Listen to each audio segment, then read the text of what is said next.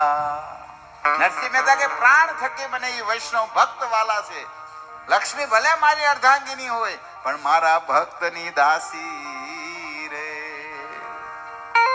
લક્ષ્મી પણ ભક્તની દાસી બની જાય. નરસિંહ મહેતા કે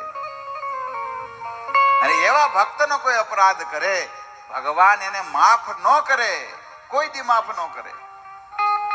અને ત્યારે ભગવાન કેવા લાગ્યા, સાધવો હૃદયમ મહ્યમ સાધુનામ હૃદયાત્વહમ મદન્યતે ન જાનાતિ નાહમ તેભ્યો મનાગપી.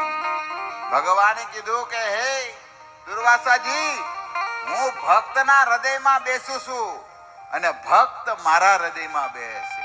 હવે તમે મારું ઘર જ હળગાઈ નાખ્યું. ભગવાન હું કે સાંભળો દુર્વાસાજીને કે હું અમરીશના હૃદયમાં બેહું છું, એ જ મારું ઘર છે. તમે મારું ઘર હળગાવ્યું, હું તમને માફ કરું? કે આપણું ઘર કોઈ હળગાઈ નાખે આપણે એને માફ કરીએ?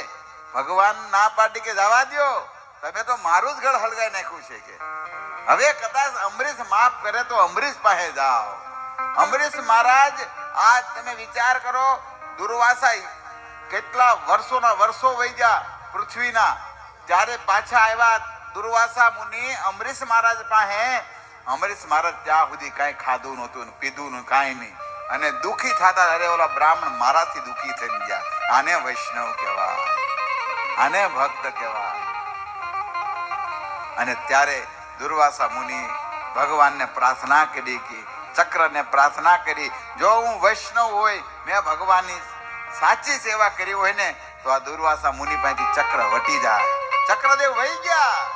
દુર્વાસા મુનિની જે હેરાન થતા હતા, બળતા હતા, અને કેવલ અમરીશ મહારાજે પ્રાર્થના કરી અને ત્યાંથી ચક્ર વહી.